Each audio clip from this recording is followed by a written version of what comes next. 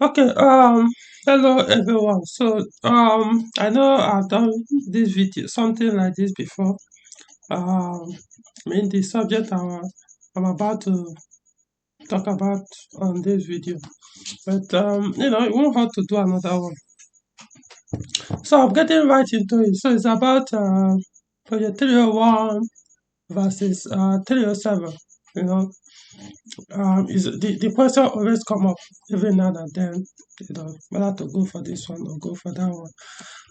So I'm going to give you my own perspective in terms of which one to go for. But first of all, let's look at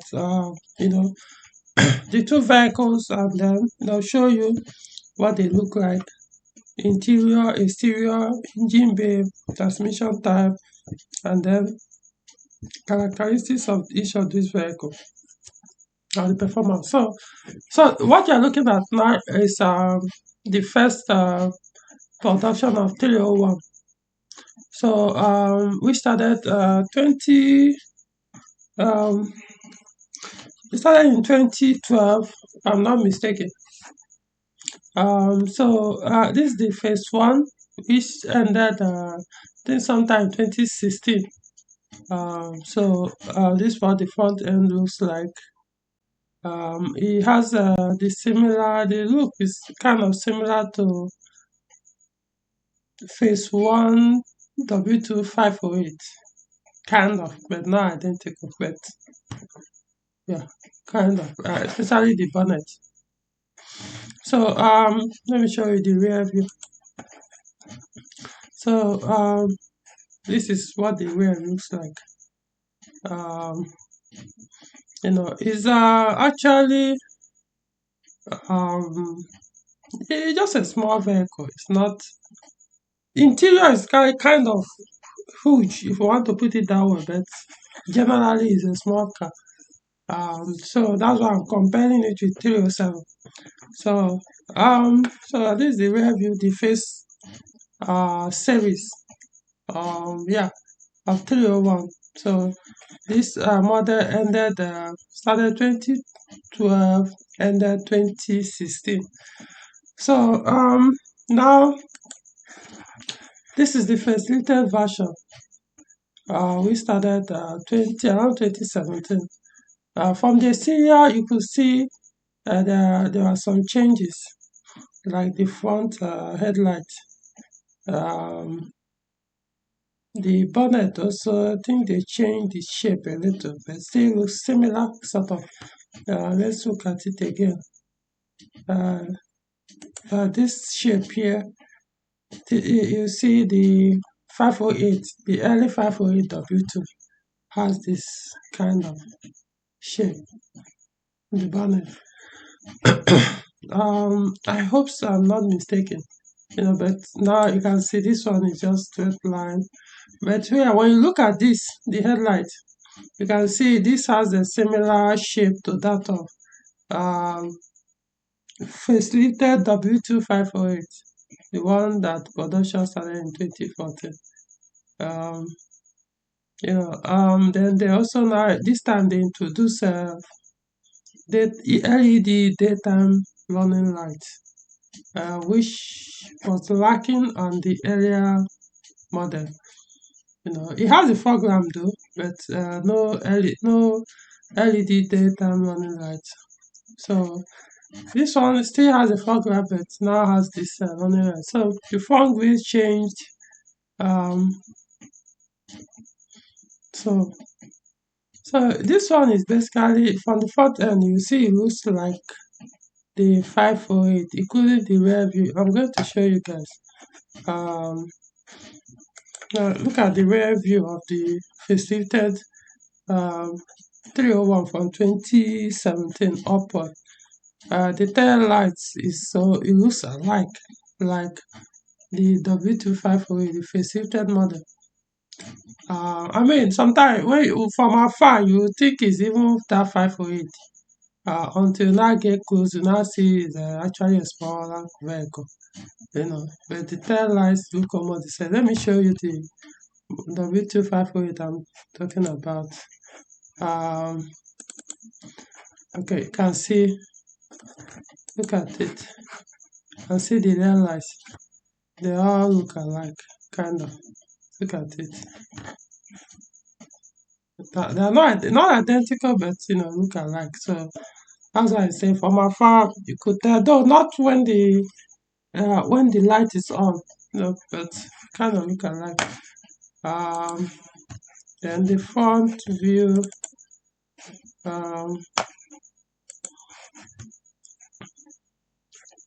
of course, obviously, this data running light is different, but then when you look at this, um, yeah, when you look at this, the bonnet, yeah, that's set line. Then there's a small curve here, if I'm not mistaken. Okay, I don't think this picture captured it very well. There's a little bit small curve here. I think so. Can't remember well, But then the other models of Peugeot that were produced uh, for this same time that this 301 was produced, and those ones they have this kind of headlight shape. There are something on the bumper has this curve. So anyway, so this is a stereo. So we are done with the 508 now. So this is a series of the 301 facilitated model. So basically, when you see any of them, you could tell this 301 even without looking at the badge because they all look similar. Okay, so moving on. So let's look at the interior.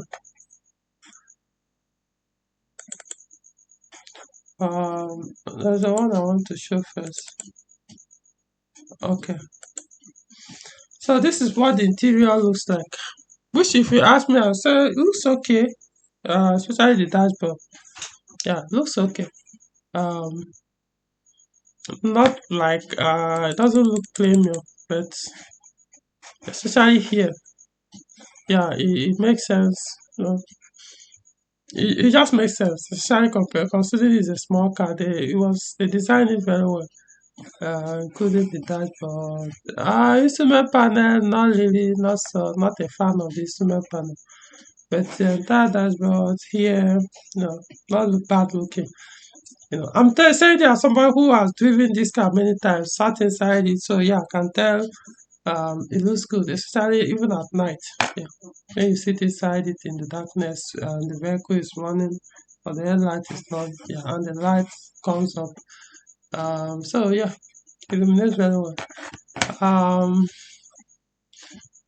so so this one, this is phase one, 301, the 2012 design. So this is how the gear lever, automatic gear lever looks like. Of course, those who drive Peugeot automatics from late 2000, like from 2004 upward, yeah, this how almost all the gear lever knob for Peugeot car looks like. Okay, so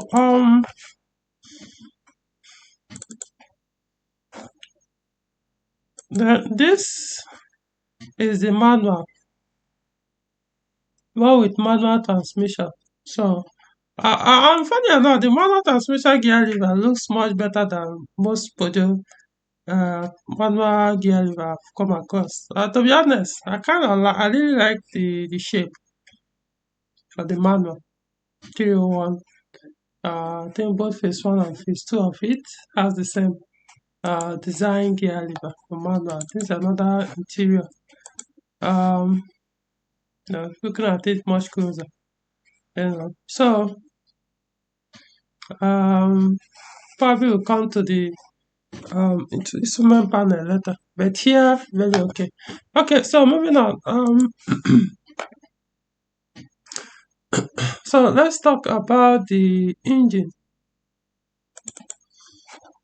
Alright, so it has a diesel engine, but I'm not going to talk about it, especially for Nigerian users. They didn't sell the diesel version in Nigeria brand new. So if you want diesel, it means you have to import it as a used. So um, the engine models we have were only two engines, um, petrol engines. Um, Produce the 301s we are produced with. So one is 1.6 liter, then the other is 1.2 liter. Both are naturally aspirated. No, interesting. Except this is direct injection. I'm trying to remember if actually this is direct injection engine. Um, Even though I worked on this, even the other day I did a video on this where we removed the cylinder head to replace the head gasket. Did some other work, but I didn't even remember to check if truly it's a direct injection engine, whether um, the fuel injectors are directly facing the pistons, not in the intake manifold. I did not remember to check. Anyway, that's by the way. So this is it. This is 1.6 liter engine. The model number is EC5. So it's also a VTI engine. So it most likely it could be a direct injection engine. I probably look into that maybe as an update video. Point it out if it is or not. So from look of this, you can some people mistake it as a TU5 JP4 engine common in 307, 206, and the rest. So no, they are not the same. They look alike but not the same engine. So um, now this one possesses about roughly 113 or 114 horsepower. You know, the torque maybe like 149 Nm. So good power for the size, you know. I'm talking about engine size, so good four-cylinder engine, you know. Um, Now this particular model, 1.6, comes with three transmissions.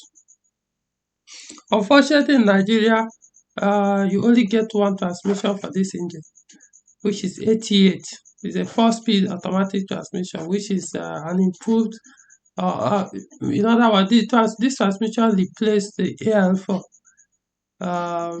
I would have said improved AL4, but they behave almost the same way. But in terms of dependability, I think 88 is much better than AL4. You know, um, so this is only for the phase one. Don't get me wrong. For the phase one, you can only get the 88. For the phase one 301 assembled in Nigeria. However, outside Nigeria, Peugeot produced the first 301 with this EC5 engine with both 4-speed automatic and 5-speed manual transmission.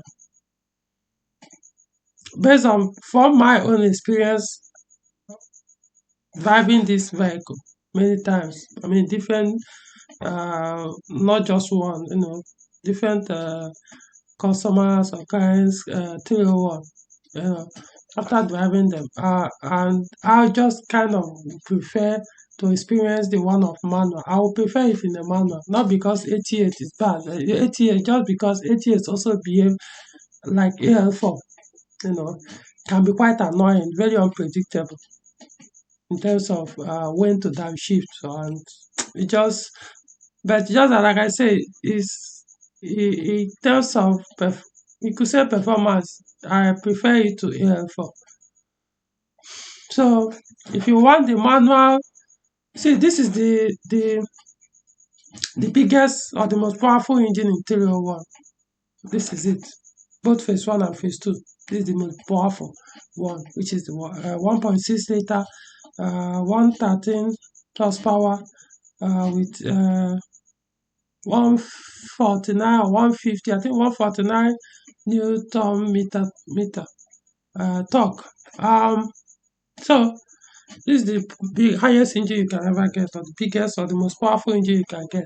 So now the first lifted model of this Same engine you are looking at. Also, same 5-speed manual transmission. It has that option too. However, for the I think it came with 5-speed manual transmission as well. But remember, not sold in Nigeria, but outside Nigeria, you can get the 5-speed manual. However, now for the facilitated model, so instead of having that 4-speed automatic, which is 88, um, 88, you can get it in like 4408. Which other Peugeot car that have that transmission? So that's by the way. So instead of that 88 4-speed automatic, you now get 6-speed automatic, which is E86. E86. So the E86 is actually quite good. It's a 6-speed automatic, which we are also produced with both 508W2 facilitated model. I'm talking about this model now. Um, talking about this model of 508. Yeah, this model of 508. Not all of them. Some of them still have the older 86 automatic transmission, but the the late ones of this model had the E86, which is an improvement on 86. So, if you are buying the phase 2 of this, if you are buying the phase 2 of this 301 from 2017 upward, at least majority have come across in Nigeria. I don't know all, but just call it like standard all over the world. Unless Nigeria or maybe they decided early to continue with the AL for 88. But majority you'll find will be that 6-speed E86, which is much better, far better that than the 88 automatic transmission. You know, now 6-speed versus 4-speed, it's clear. It's quicker, consume less at lower RPM than the one with 4-speed that don't have much. Handling the torque is not it's 88 is not just an impressive automatic transmission. So E86 is the best. Well, I mean the best. I mean compared to 88. So, however, if you might buy that facilitated model, you have to be the type that don't joke with transmission servicing or maintenance, automatic transmission maintenance. That E86, the transmission is not easily available for this engine. So if you mess up your own, you put the wrong fluid there, or for whatever reason you damage that gearbox, man, you will hear. You understand what I'm saying. You may end up parking that car for years before you can find a good replacement of E86 automatic transmission for this engine. Yes. 88, you'll be surprised you can easily get it because they are more common on the road, you know. So they will probably some will even be they are being imported, but not that common. But you see E86 that are meant to be attached on this engine. Remember E86 car were also attached on 508 and some other Peugeot cars with THP engine or generally EP6 engine. However, not for this 1.6 liter engine. So in as much as they are same gearbox, but then the bell housing circumference are not the same, and what's it called? The gear ratios or final drive ratio not the same. So trust me, you don't want to lose this gearbox. So you have to be extremely careful. Use the recommended fluid or good alternative. Alright, so otherwise go for manual, but then you can't get manual in Nigeria. So you have to import. But the ones they sold new in Nigeria, if you want to buy a used one from any of those ones, then it's only automatic you can get. Aside this 1.6 liter EC5 engine is concerned. Okay, so moving on. So let's check out the other engine model of 301 petrol engine model of 301. So this is a 1.2 liter natural aspirated engine. It's a three-cylinder engine. What's the is it EB2? I think that's the model. Either EB2, something. I think EB2. It's a pure tech engine, but I think the model is EB2, if I'm not mistaken. Like I said, it's 1.2 liter. In terms of power, it's about 81 horsepower maximum. The new meter torque is like one thousand something. Don't think so. That's something. Um, this one comes only in manual transmission, not automatic. So if you want this, now the advantage this one has over the four-cylinder engine, which is the previous one I showed you, the EC5. This is the EC5 1.6. This is 1.2, the three-cylinder. The EC5 is is four-cylinder. This is three-cylinder. So I prefer the four-cylinder, which is the EC5, that consumes just a little bit more fuel. That consumes more fuel than this is. See, this one consumes the average fuel consumption on high speed. Let's assume we are doing 100 kilometers per hour, on a highway constantly. You average about maybe 4 liters per 100 kilometers, which will give you about 66 or 67 miles per gallon, UK miles per gallon. I mean, the fuel consumption is quite impressive, you know. Why the four-cylinder one, this one that is very common, but most people buy because it comes with automatic, so most people prefer it because because of the automatic transmission attached on it. So this one is about 5 point something um, liters per 100 kilometers on a highway, giving same speed with the 1.2 liter. I'm saying average 100. It could maybe a little bit higher, but just say average 100 kilometers per hour. Yeah, we are looking at about that same. No, it's about 5 point something liters. So in other words, like 54 UK miles per gallon, 55 gallon, that's 50 something miles per gallon, which is still, uh, you know, good compared to um, most Peugeot cars with the same size, you know. So, yeah, it's kind of, see, I've driven this one and I can tell you, the advantage, one positive thing about this car is fuel consumption. Now, I'm going to be honest, I haven't driven this one yet. I've seen them, but not been driven them. Um, so, in terms of performance, um, this is okay. I'll maybe come to that later. Let me not, since I'm comparing it for 307. But this, now from what I've heard from the owners, no, not an impressive car in terms of performance. No, they said this car can dull, dull hell out of you. I could say though it's less than 100, less than 1,000 kg. I'm talking about the entire car, the weight. Less than 1,000 kg. I mean, now there's something kg. Approximately 1,000 kg, so but less. Anyway, so it's not as if the weight is that much. It's just like 206. 206 with that 1.4 liter engine. That's a TU3 JP. It's basically the same. Is it? No, I think 206 is 75 horsepower, if I'm not mistaken.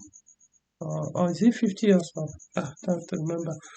I know there's 1.1 liter engine in 206, which is maybe 50 horsepower or thereabout. So, I don't know. Well, maybe it's just the same thing. I'm not driving it yet, but just all the owners I've spoken to, they do complain. Maybe one of these days I could just drive it. The reason why I'm not driving is not because I've not come across this or have chance to drive on, but I was just like, you know, the power. I've always known the power. I was like, what's the point? I'm not going to find it interesting. So, but maybe I'll drive one day and see what it feels like on the road, apart from what the owners have said. So, no, if you're after power, no, you only go for this car for fuel consumption. Um, it's the best. However, it has a price. If you must use this car with this engine, your maintenance habit will have to be top notch. If anything happens to this engine,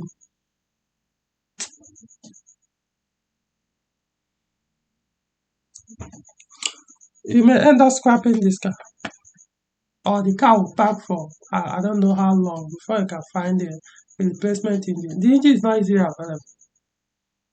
You can, I mean, you could still find it. They some of this 208, some 208 have this engine. Not all, but they do have this engine. So it means you have to wait until they bring in this engine from to import. But they are not easily available, but you can't get them. But they may not be available at the time when you need it. That's my point. And because of the scarcity, expect the price not to be something that will make you smile. The point. So that's the only thing with this engine. I remember this car uses engine uses weight timing belt. It's a very bad design. I believe it should be weight timing belt. The timing belt that runs inside oil. That's a very poor design. Um, I don't like that thing. Don't like it. If you want to do timing chain, do timing chain. If you want to do timing belt, because what now later started happening was I don't know whether is it that Peugeot didn't think it through very well. As the belt, yeah, I know their material are different from the dry timing belts, the one that runs on dry um, timing chamber. But this one that runs on engine oil, over time the oil will start to to affect the belt. The belt will start to disintegrate and start the pieces of it will just be wearing and then settling on the oil pump. Oil pump has a filter. So you start going there, eventually it will block the oil pump, that strainer or oil pump screen, and then reduce the flow of the oil passing through or being sucked into. Yeah, you could lose your engine. But what usually happens is once the deposit of the timing belt, those pieces of it as is peeling off gradually, going there, and start reducing the oil pressure. So you start getting engine oil pressure one. So what usually happens is once you see it on time, you start getting that one on time. Um, you can, for what they say, for what I see people owners have been doing. I'm talking about mechanics, not necessarily owner mechanics. What they usually do, they'll check. You don't even need to wait for the timing belt to start getting that warning for you to do something about it. If you remove this oil cover, this oil filler cover, if you remove it, you can actually see the timing belt by the side. So once you remove it, you will see the timing belt. You can now tell if it has started to disintegrate. Once you see any sign of small crack on it or a little bit wear, then you don't need to wait for it to, even if they tell you they change it every 10,000 kilometers or 40,000 kilometers. Don't rely on that anymore. Just be looking at once it starts showing you that sign of wear on the belt, it's time to change it. Change that belt. Um, of course, you can do your belt by using also good oil so that you don't use bad oil that will affect the belt, worsen the situation. So, um, so all you need to do is before you get to that point, change the belt, then remove your oil pump. Necessarily, most for what I got, I don't need to change the pump. You just wash off those debris, put a new belt, do your timing belt properly, and the warning will go away. But if you ignore it and you get a point, it now almost close the entire flow of the where oil flows to the oil pump. Yeah, it will start the engine of oil, both especially the upper end of it, and boom, engine is gone. So, so that's what I mean by this. Most time it may not even be the upper side, even the bottom part, the oil, the crank journals, the crankshaft basically, or the crank bearings will just grind, and because of oil starvation. So I am not a fan of this engine. The cost of losing the engine is much higher. The only advantage you have is fuel consumption. In fact, like in Nigeria now, if you drive this engine, you will even understand why people complain of.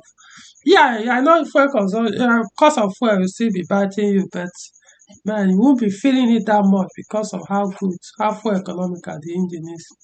But then at what cost? You have to be ready. So if you are the type that don't care until something breaks down before you fix it, stay away from stay away from this engine. This engine is not don't fix if it ain't broken. No, you fix it. You do the repair before it even give you sign that it might break. Don't even try it on this engine. Talking about that timing belt issue. So I'm not spending too much time on this, but I really want to explain why you should. So, in other words, if you don't know exactly um, how to identify these two engines, even though you can tell, like this one, look at the spark, the ignition coils. You can see there are only three here. So, meaning three cylinders. Just take a screenshot of this. Then this, then this one.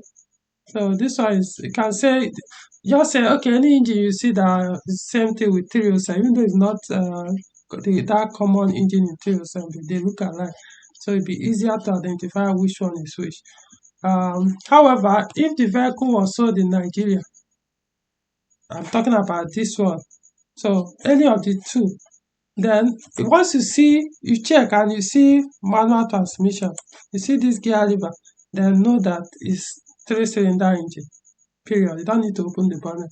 The only time you now may need to open the bonnet is if the car was imported, it was purchased new outside Nigeria, used and then imported, or maybe purchased new outside and imported directly to be used in Nigeria.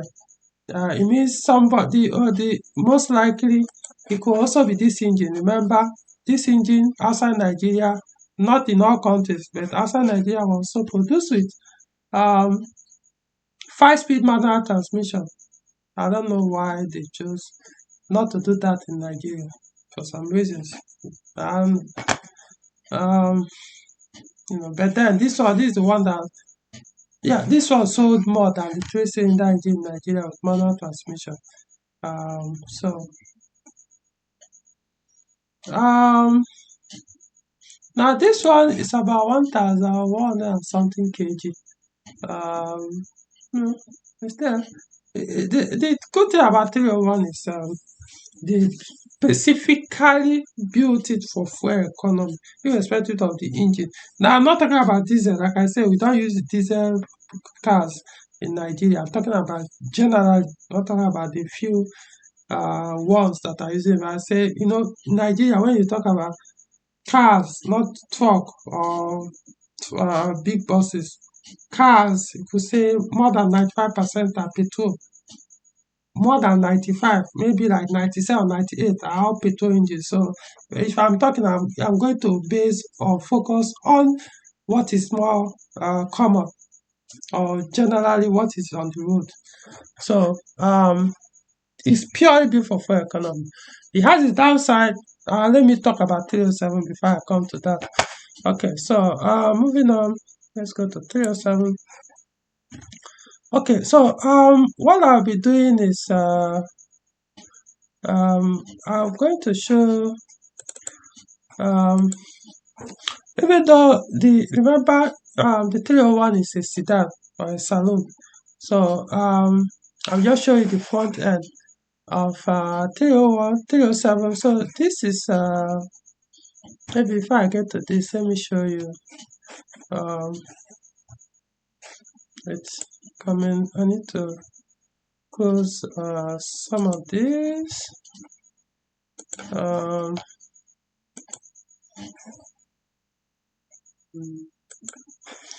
okay, so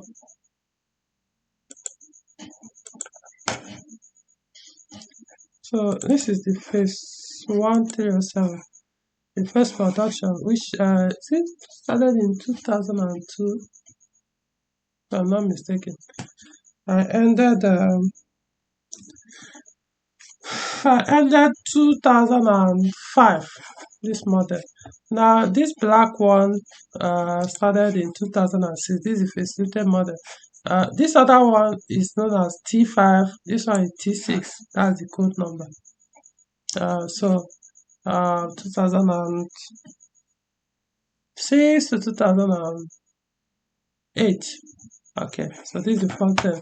Now, because what we are looking at, though, if you want, I can still show you the rear view of the 307s.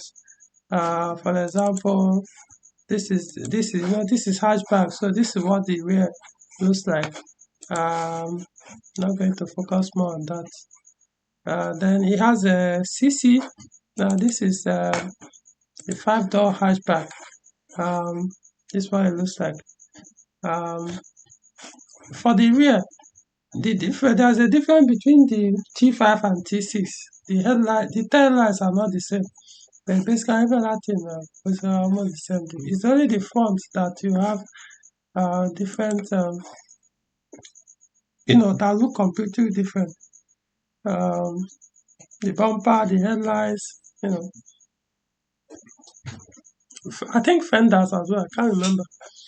Okay, so for the rear view, so this is the convertible, the CC. For me, it's not really the best looking 307. I'm going to be direct. Some people might not like it. It's one thing I don't. I had the opportunity of buying this, the 180 version. But, I just couldn't live with the rear end. Maybe if I've gotten the car over time to go on me, uh, uh, uh, I just don't like it. Just looks too awkward. I, I don't find it attractive enough for me to have. I don't know. Just what do I say that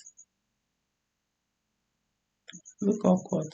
But like I said, sometimes you could buy a car and you're like, why did I buy this car? I don't like what it looks like. I don't find it appealing. But over time, you'll be like, hey, come on, man. Kind of likes the look of the car. So, um, what's the other one? There's a station wagon as well. So let me see. I should have it here. Maybe I didn't save it. Um, ta-da, ta-ta-ta. Okay, yeah, it's not here, but oh, I have it. Forgot it. Yeah, so this is the station wagon. This tail light is for the T6. The T5 tail light is different. In fact, T6 is small. If you want to buy a 307, get a T6. It look much better. For me, some people prefer T5 to T6. Hey, whichever one. But me, I prefer T6. Just looks much better. Both the tail lights are better. The front headlights also look better. The only thing I don't like about the front headlights is they are useless in terms of visibility. I'm trying to remember. I think it's as if the T5 has a better visible headlights, as in that can spray at night, or maybe they're basically the same. I'm trying to remember how they just as 307, just like 407, they have poor headlights. How they see with them. In fact, 407 seems to be even better. Seems to be better. 307 on is just not that good. But hey, people drive them. Can make other arrangements to make it brighter. That's a different story. Okay, so that's it. So, however, the focus of this is going to be on station wagon. So No, on the saloon. Remember, 301 is saloon. There's no station wagon. There is no estate. There is no convertible. There is no coupe. No, it's pure saloon or sedan. So, um, so this is another angle uh, of sedan 307. Now, I'm not a fan of sedan, the 10 307. Not really. No, no, no, no, no. Doesn't look appealing to me. It could grow on you, so over time, I never know. Um, I think I prefer the angle of this one. The picture. This one it looks, of course, the same car. It's just that the snapping looks much better than this other one. Um, okay, so but for emphasis, let's work with this so that we see. Okay, 301, this and that. So in terms of look externally, yeah, I could tell that 301 is newer. Remember, this is older. So 301 is much newer, looks much better, especially the tail. For the front end, you could say it's subjective.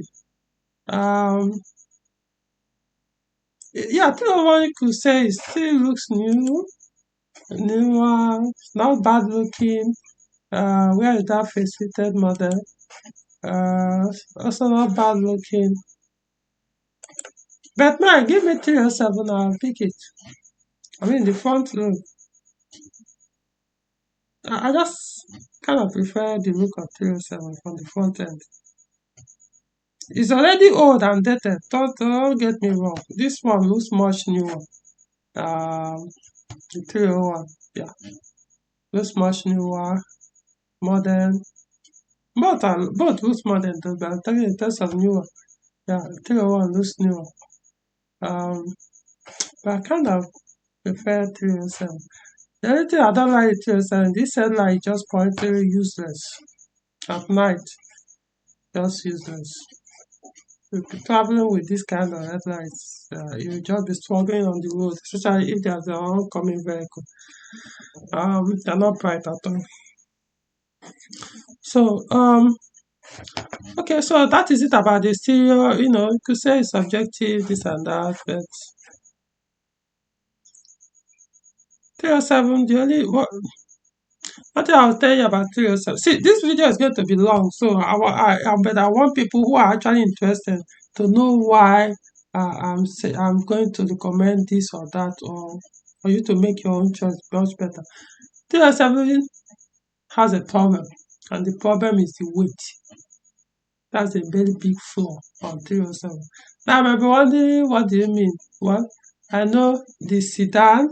Remember, we're comparing this sedan with 301, which is also sedan. So to be fair, I don't want to use hatchback because they are not the same with sedan. So number one, this is much heavier, about 1,300 and something kg.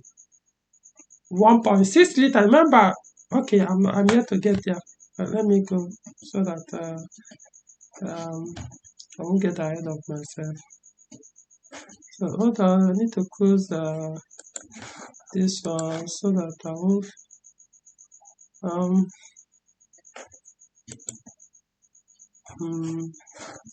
probably close this. Okay. Alright, so let's start with the engine. So this is a 1.4 liter engine you find in 207. This is a TU 3JP, the common engine in 206. So this is the list when it comes to power. This is about 75 horsepower or something. Forgotten. I don't really pay attention to the power that much. It comes only in manual transmission, 5-speed manual. I mean, the power is not big enough to carry this heavy vehicle. 207 is very heavy. It's very heavy for its size. Let me put it that way so that people don't get me. Say, oh, no, no, I mean for his size. Because it's not much. I mean, 1,003. You know, put it in a better way for him to understand. It has the same weight with 406. Now, is 406 heavy car? A heavy car? No. Irrespective of the engine motor, they are not heavy. It's their size. The weight on each of the 406 is the transmission or engines attached. They are perfect for the vehicle. That's why 406 stay shine, more than most cars, newer than 406.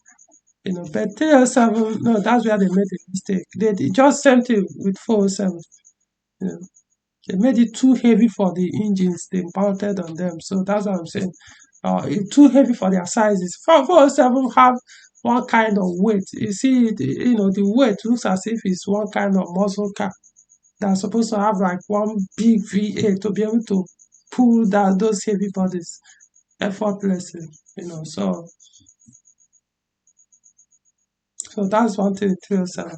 It doesn't necessarily mean they consume very well. I think what now eventually happened is T9308, which is a replacement of 307, but not a direct replacement of 307. They now reduce the weight. You know. So 1.6, 1.5 means, so it's not a direct comparison to 301. So that would be unfair for me to use this. So I'm going to leave it, but it exists in case you want it, but you can't get it on the saloon 307. You cannot get this engine on saloon 307. So you only get it on sedan. No, on hatchback only. And they don't come with alloy rim. And if you're buying 307 with this car, with this engine, and you go and put alloy rim, remove the stay wheel they come with and put alloy, you are going to underpower the car more. It makes it heavier, it consumes more, it makes it slower. So don't leave it that stay wheel. That's the only way. Unless you don't mind, fine. I'm just telling you, the engine doesn't have much power, so they reduce. In fact, it had less spec, less gadgets, so many things, so I can reduce weight on the car for this engine to be able to pull. I wouldn't recommend you use it to carry a lot of luggage. It's not. It will increase the fuel consumption if you do that. Okay, so moving on. So this is TU5JP for 1.6 liter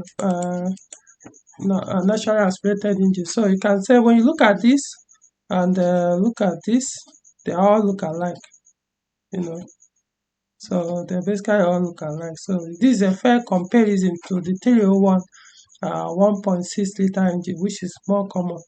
So this one, like I said, it's not identical to 301 engine, even though it looks like it. So I mean to EC5 in 301. Power about 107, 110. Sometimes it can be very confusing. Which one is PHP? Which one is HP? Which one is PS? So but I always say okay, between 107 to 110 horsepower, depending on the one you are using to do the gauging. So it's then torque 150 152 Nm. To put it in a different way, it's almost the same power with EC5 307 with this engine, TU5JP4, the same power with EC5. For example, the EC5 in 301 is about 113 horsepower. Then this one is about 110 horsepower. So a difference of 3 or maximum of 5. We want to say, but just between 3 to 5 horsepower. Now the torque, the 301 is 149 Nm, while the 307 is 130 something, 142 or so. This one also, the 301 has higher torque than this one is 152. Yes, it's about 152 Nm. So it has like three more torque than the 301. So this one lacks on HP a little, while gain more on the torque. While 301 has more HP a little, but lose on torque a little. So, but when you compare the two, they're basically the same power. So that's why I don't really want to say, oh, this one is more powerful than they're basically the same. Okay, so now this one has the option of automatic, 4-speed automatic, AL4, or 5-speed manual. Right. So um what else should I add? AL4 is older than 88 in phase 1, 301. Now this one doesn't have 80 E86, doesn't have 6-speed automatic, so it's only that 4-speed. Um, in terms of durability, it's not an impressive gearbox. AL4 in 307, no, it's not an impressive gearbox. I know people use it, but man, I can't see myself. The gearbox is very annoying. It doesn't matter how new it is, it just can never. I mean, every once in a while to do this small thing, especially when you want to upshift or downshift. It's not that they will be constant. It's just once in a while, you get that small shift, boom, boom. Not boom, but to check a little. Um, it's not an impressive gearbox. That's an automatic gearbox. There are much better automatic gearboxes, but it can serve. So compared to E86, oh no, don't even go there. Even AMC is much better in terms of the shifting um, and then ability to respond to the oscillation as well. Anyway, so that is it for but this is like the fair or a better comparison to 301. Um, the three-cylinder 301, I just really don't want to talk much on that because um, everybody, majority prefer automatic transmission in 301. So let's use this one. So if you want manual, then you have to spend more because you have to source for it outside Nigeria, unless you want the three-cylinder on, which comes at a cost of maintenance. So you have to be extremely careful with that engine. But not many Nigerian mechanics even know how to fix that engine or even change the timing to start with. So if you want, you can go for 4-cylinder 307. Okay. No, the what's it called? Not 4-cylinder, the 1.4 liter engine one, which I showed you earlier. Now there's another 1.4, but I don't recommend that one. I'm going to show you. This is another 1.4 liter engine in 307. This is a how do you call it? It's a VVT engine. The reason why I don't recommend this in Nigeria is the good side of it. It has more power. Remember, this 1.4. It has about 90 horsepower, almost close to that of T 1.6 liter and 307, TU5 JP4. Consume the power and fuel consumption. It has more power and almost the same fuel, if not more, or if not better than the other 1.4, older 1.4. My only concern in this engine is spare parts. And they also complain that the cylinder head gasket is not as durable as the other ones. So I know, just spare parts not easily available. Anybody that will use this car, you have to be extremely careful in terms of don't let anything happen to the head cylinder. If it breaks, you're on your own. If your timing belt cut and lose your van, might not be as good as replacing the engine. That's it. And the engine not always easily available. Can I be able to maintain this engine? Of course, yes. It's me, man. If I had to import parts, fine. I can do that. I mean, it's all about the value, but then is it worth it for me? No, it's not. For me, it's not about fuel economy. For me, it's performance. So there's nothing special about the engine. This engine power, 90 horsepower. Come on, But I'm saying compared to the other 1.4, which is 70, is it 50 or 70? I think I forgot it. So but these are big improvement, but it's just not worth it for me. You'll be spending so much to keep the engine running at this small power. That's what I'm saying. You have to be importing parts, spending so much, you know, because the timing belts are not available in Nigeria. Timing kits, I can't even remember if the auxiliary belt kit are also available. So it means you have to be importing these things whenever you want to change it. So spending this huge amount of money to be able to save fuel. Why? So you are burning the same money you are saving in fuel more, spending even more to keep importing parts. So that's why I have a problem with this. You could still get used parts maybe in Lagos, but for me, it has to worth it for me to own an engine that is not common. That's what I'm saying. I have one, my 1986 505. The engine in that car is not common. If I need any parts, most times I will have to import. But I'm enjoying it, the power. That's what I'm saying. Okay, so I don't recommend this. It's 1.4-liter engine. Is it KFU or something? The injection system. That's not just don't bother with it. If you live outside Nigeria, buy. If you live here, hey, if you want, buy. You're on your own. Okay, so this is. I'm not going to. This one is not. Won't be a fair competition or comparison with 301. But just to point it out, this is a 2.0-liter EW10J4 engine. Comes with 4-speed automatic, 4 as well, or 5-speed manual. Power by 138 HP, torque 190 Nm. That's about it. It's common in 406, 407, 807, name them. It's good, good engine with a lousy manual transmission. That's how I'm saying that. The manual transmission is very lousy. Not lousy, just too noisy. Yeah, not a performance transmission at all. Better for me, I prefer it to the automatic transmission on this engine, but in terms of performance, no, not really.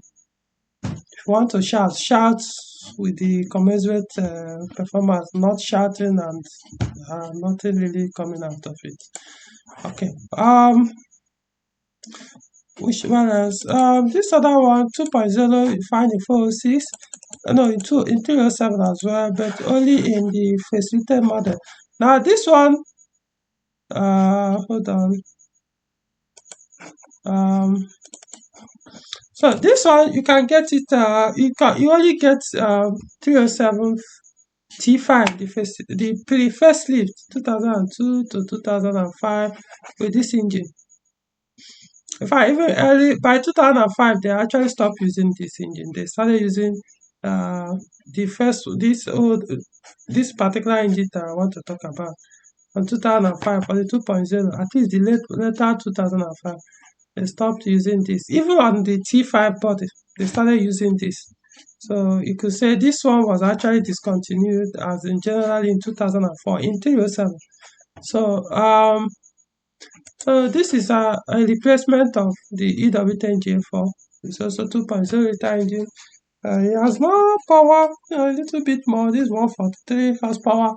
The torque is 200 over 190 on the EW10J4. So this is EW10A. Yeah, performance-wise is better. For economy-wise is better.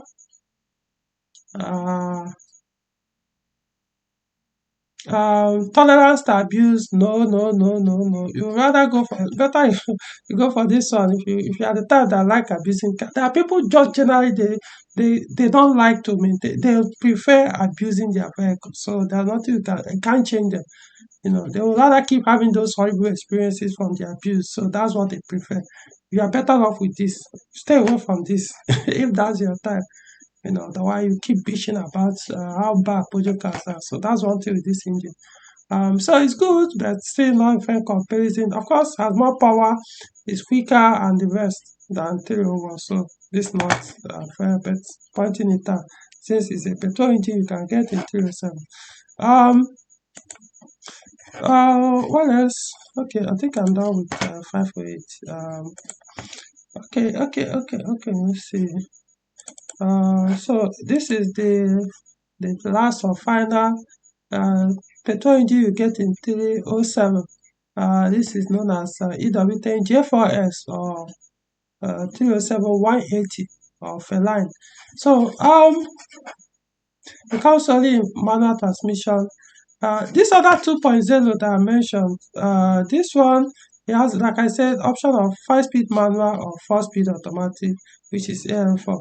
Likewise, this one, option of 5-speed manual or 4-speed automatic, AM4.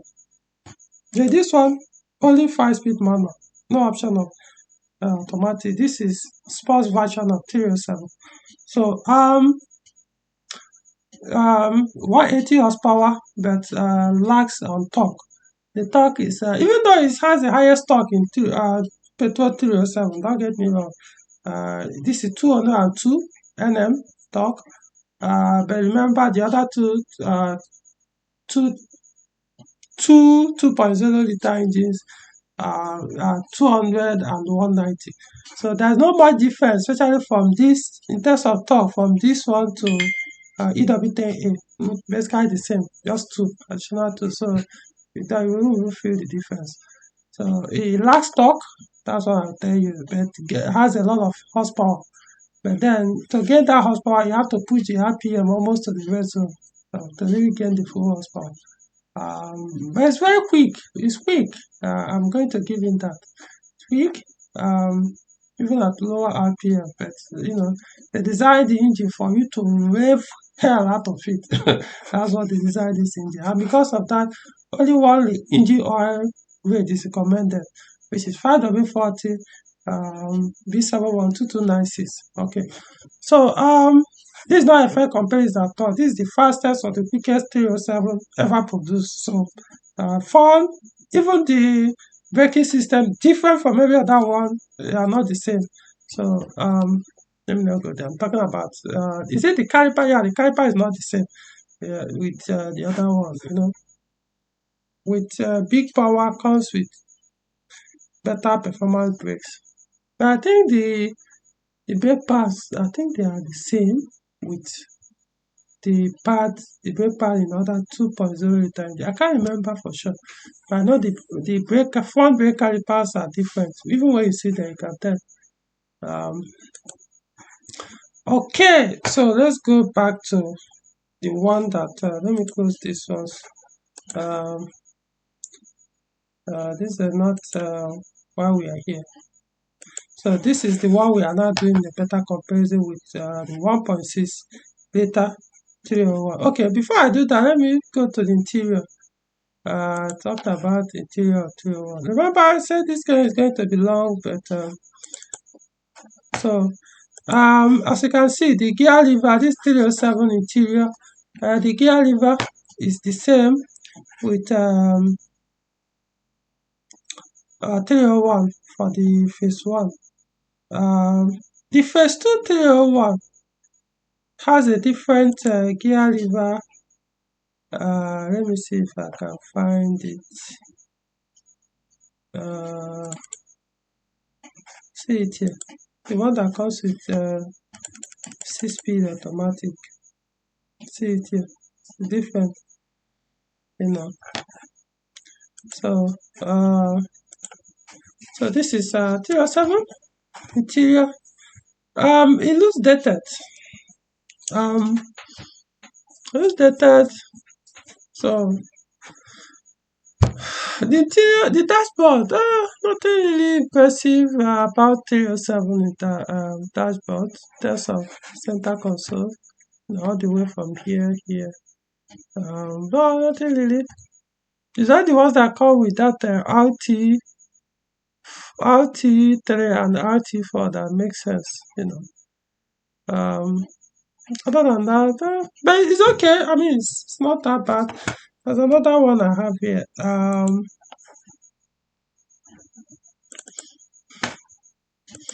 This is the one I meant by saying RT3. So it has a better looking interior. Even the instrument panel makes sense. Here up to this point makes sense. So this is the one that comes with EW10J4, the 180 horsepower version. Their dashboard are usually trimmed with leather. The weak side of it, over time, this weather will start to fade or wear out. So it means you have to remove your dashboard and change the leather. So that's about it, because they usually face directly under the sun. So the sun affects it more than the other uh, leather inside the vehicle. So other than that, the instrument panel, this and that looks better. But when you compare it to 301, um, it's much, let's see, has a much better interior dashboard. Well, some will say, look at it. The phase two of this, the phase two 301 comes with a navigation display. I'm not sure there's any phase one that comes with this. It's possible, but I can't say for sure. So you can get the one that has this navigation screen, bigger screen, or just the normal, you know, display like this. This one. Now this where I have an issue with 301, the instrument panel. Let me see if I can zoom in. This, no, I do not like this. The design, the gauges, and then this is the fuel gauge. No, I don't like this type of fuel gauge. I do not like it. I want it to be that, give me that analog type, not this. Then now let's look at the 307. Okay, no, let me give you a better look. Even though the one with white this thing makes more sense. The reason why I like 307 instrument panel is it has a coolant temperature gauge, including these other gauges. Oil temperature gauge. It also has engine oil temperature gauge, but not all of them. Like here, this display here is for oil temperature, engine oil temperature. So this is coolant temperature, fuel gauge, speedometer, and then this center display is for all these other warning. This one is for mileage and the rest, and trip meter. So this is why I prefer the instrument panel of 307. Unlike the 301, where is it? No coolant temperature gauge, nothing. Nothing. You just keep driving until it start giving you warning that your system is overheating, engine is overheating. That's where you know there's a problem. So unlike here, the 307, you can actually tell before you start heading there, hey, there's a problem. So you don't need the warning to pop up for you to stop and prevent damage to the vehicle or to the engine. That's my issue with 301. All of them, both the first one and phase two, I don't understand. The first one, I was like, okay, maybe it was an oversight, it was a mistake. They facelifted it years later, same thing. I'm not gonna say anything. So people like it that way, hey, but I'm a technician, so there are reasons why I want to be looking at that gauge. Not all the time, but in fact, I prefer this. You see this oil temperature gauge? I prefer it to. I won't say I prefer it to this, but when I'm driving, this is what I focus more on than this. The coolant temperature gauge, the oil temperature gauge, because of performance. This is what I need to know. Is what the feedback for here is what will determine when I'll start pushing my car hard. I mean the throttle, start pressing it down more lower. Without this information, I am kind of doing guess,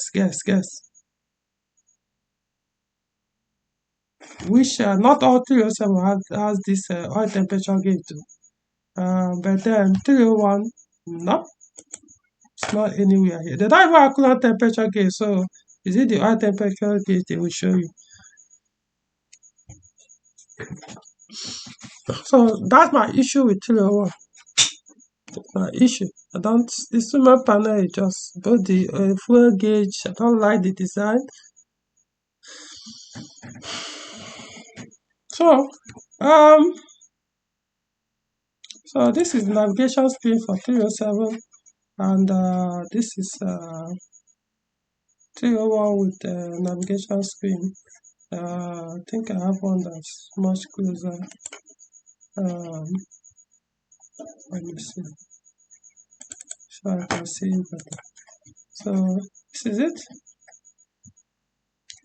So far these are phase 2, 2017 upward. So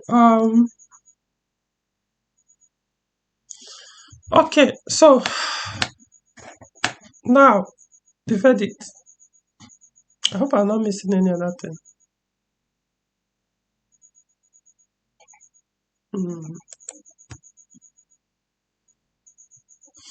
I'm not missing any other thing. So now 301, which should I recommend?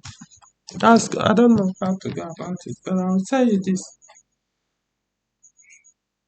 Which one is quicker between both 1.6 liter petrol engines?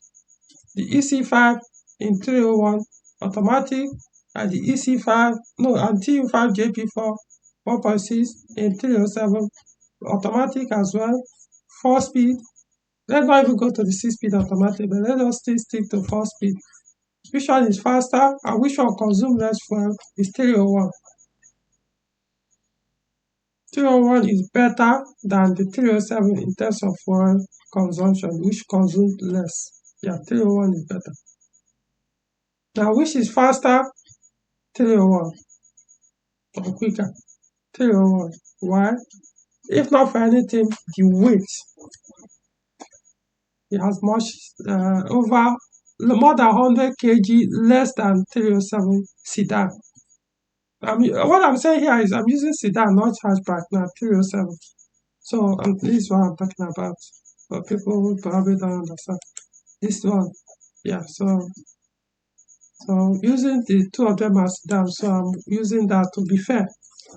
This is faster or quicker than the 307 with the 1.6 liter similar automatic transmission. In terms of practicality, the boot size of this one is massive. It's about 640 liters, 307 sedan, I think 500 or something. I mean, big. I was surprised. I think it's even bigger than 407 boot size. Because 407 is about 400 and something liters. Was it? It's not up to 500 liters. This one is 640. I mean, I'm so massive, very big. 407 sedan, the 307 sedan too, yeah, it's also even bigger than 407 and 406, if I'm not mistaken. Yeah, I think it's big, also big. I can't remember for sure. 500 and something. I think because I know I've checked the 407 boot size, the figure is about. Is it 407? I think the 407 size boot size is also 407 liters. 407 doesn't really have much boot space like that. 406 now also not similar. So 301 has very big boot size. I hope I'm not missing the figures or missing it up, but no, it's bigger. Softer or something body that drives even both cars, but this one has a bigger boot. So in terms of practicality, yes. The only issue where I have on this 301 over 307 is overtime maintenance cost. 307 will cost you more to maintain the maintenance cost than the 307. So practicality, yeah, this one is newer, this um Which one is more rugged? 307. Suspension wise, yeah, 307. This one, the suspension kind of fragile. 307 has a weakness on suspension on the front shock absorber mount on top. They do have issues there. They don't hold up much longer. But this one, hmm, it's not just this thing, other things, the lower arms, the ball joint, it's just not um, as strong as that of 307. So if you're talking about which one will you prefer to use more on Nigerian highways for journeys, this one will serve you much. No, 307 will serve you better. Serve you better. This one is not as if you will not do that, but the cost of preparing it every time you do journey on rough roads, you not enjoy it. So that's what I mean by this 301. Um, terms of the interior size, how comfortable, I would say both of them are kind of similar. 307 is as small as the car looks. Unfortunately, heavier than it should. However, when you sit inside, you wonder whether you are sitting in a big saloon vehicle. That's how more spacious it is, especially the front seat. Even the rear seat, the space is not that even bad. I can even me as tall as I am, I do sit comfortable on the rear seat, even when someone is in front. Same thing with 301 too. So I'm not saying it's only 307. So in terms of the comfortability inside, they are basically same. So I know or similar. Even if there's a small one has a smaller advantage over it, it's not something to complain about. Saying this is better, it's not. They are basically same. So in terms of comfortability. Um, so it's only now talk about the dashboard. Which one do you find more appealing to look at all the time? Yeah, well, sometimes when you look at the 301, it makes more sense. 301 by standard comes with Bluetooth. All you need is connect your phone there, and that's all. 307 is only very few that have that. If you are still using your stock radio, RD4. Now, not all RD4. That's the problem with 307. Not all of them have that Bluetooth capability for you to connect. If you're 307 RT3 or RT4, that's those navigation screen, no Bluetooth at all. So, but this one, like I said, is standard. The only thing I don't know about 301 is the navigation, the one with navigation screen. Does it also has that Bluetooth connectivity? I don't know. I'm not using any of them to know if it works. So, if you come to me for advice on which of these two to buy,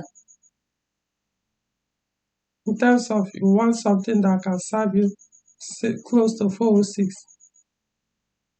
I'll tell you get a 307. If you want one, maybe, you don't want one, you can travel out of your place. Maybe you live in Abuja, where roads are better inside the city, and you don't mind spending that a little bit more in terms of maintenance. I'll tell you get a 307. Which somehow you'll be gaining more on the fuel economy. The only time you will regret owning a 301 is if you lose your engine. 307, engines are everywhere. You can easily get another one a month.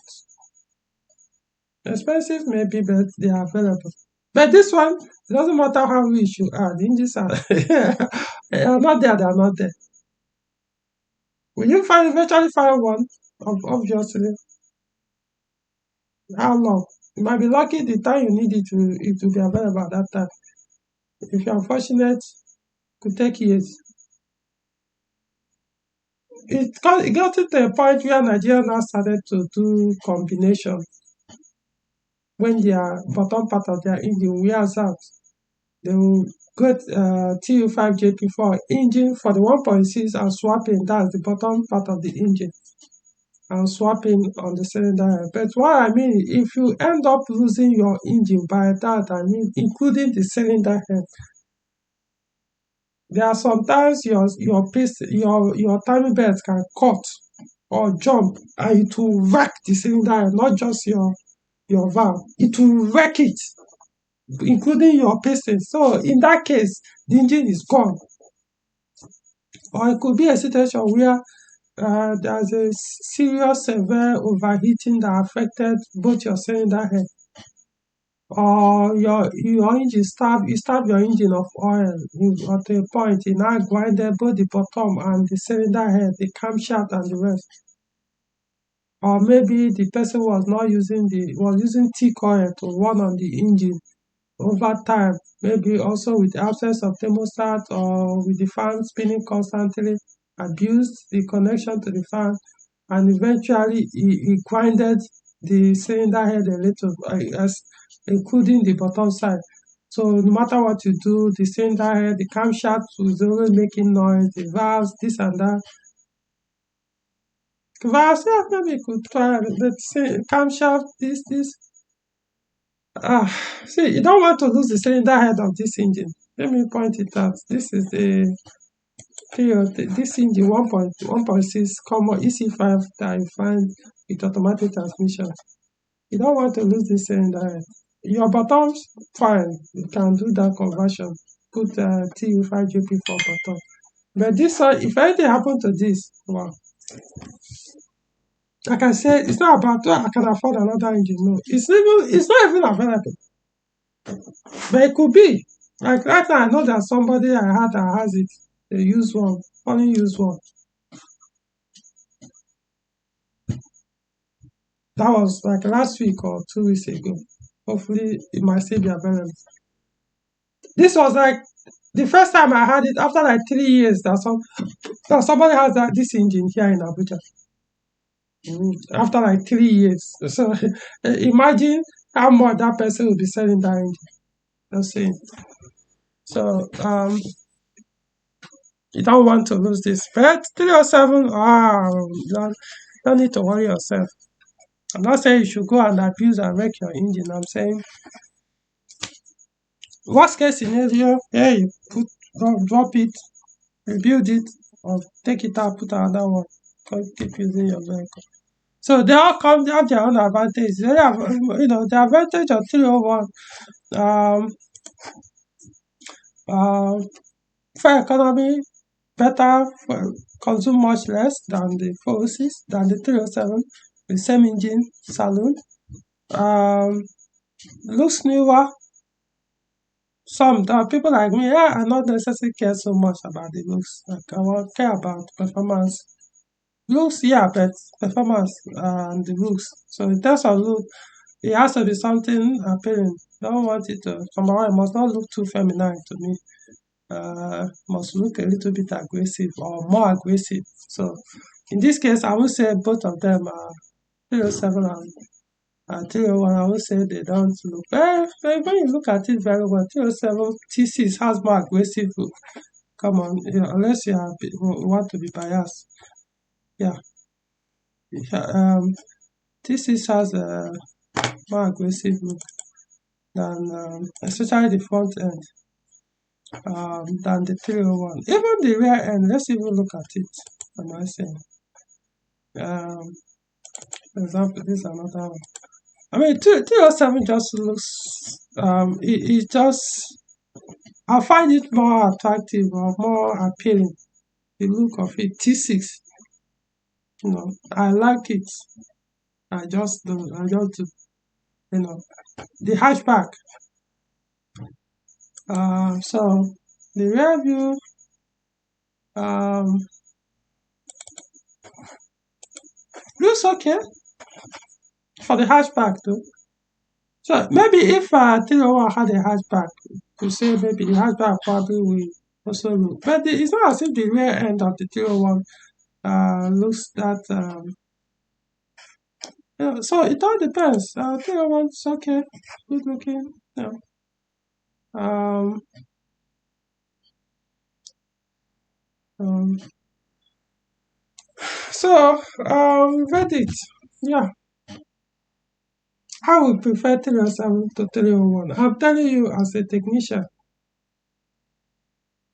but then I also understand that some people prefer better for economy than no matter what, no matter how a car looks. So 307 is still not fuel consumer. If you are talking about the 1.6 liter 307, no, no, it's not.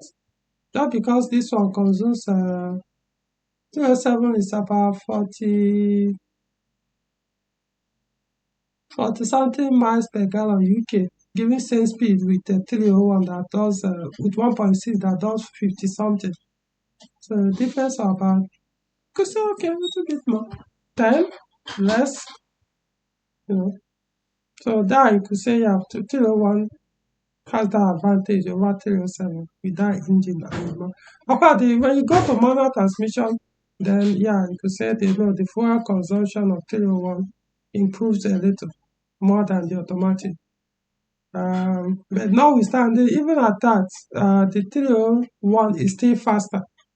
The automatic transmission of 301 with that 1.6 liter engine is still faster than both manual 307 sedan and the automatic transmission sedan. Why? Sedan does it even have automatic on the 1.6? Okay, yeah, it does. It does. It has it has for manual and this thing. But why the reason why I know, even though the power basically the same, but why I know that it will be faster is the weight. 307 is just like I said, it has same weight with a bigger car, which is 406. So the only faster 307 we get it will now be the 2.0 liter. The 2.0 liter engine in 207, the petrol ones 307 I mean they are of course they are faster than 301. That's like EW10 engine 4S, EW10A and EW10 engine 4. Yeah, they are faster than 301. You know, but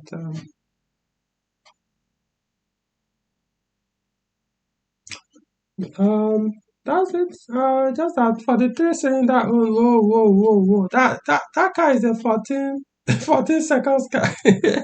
0 to 100 is for 14 seconds. Stay away. If you after performance, stay away from that car. You enter depression. You know, it's good, but no, not for performance at all. Imagine when you have to do 100 and was 0 to 14, about 14 to 16 seconds. The best you could get, man. No, it's not that best. Um, I think it's 12 seconds. No, 307 is within that 12 seconds. Oh, Neta has stopped. Anyway, so I think I'll end it here. It's been long. I've been doing this. So I've tried. I said earlier it's going to be long video, but I really want people to get it to understand. So, all right. So I hope this makes sense. All right. See you next video.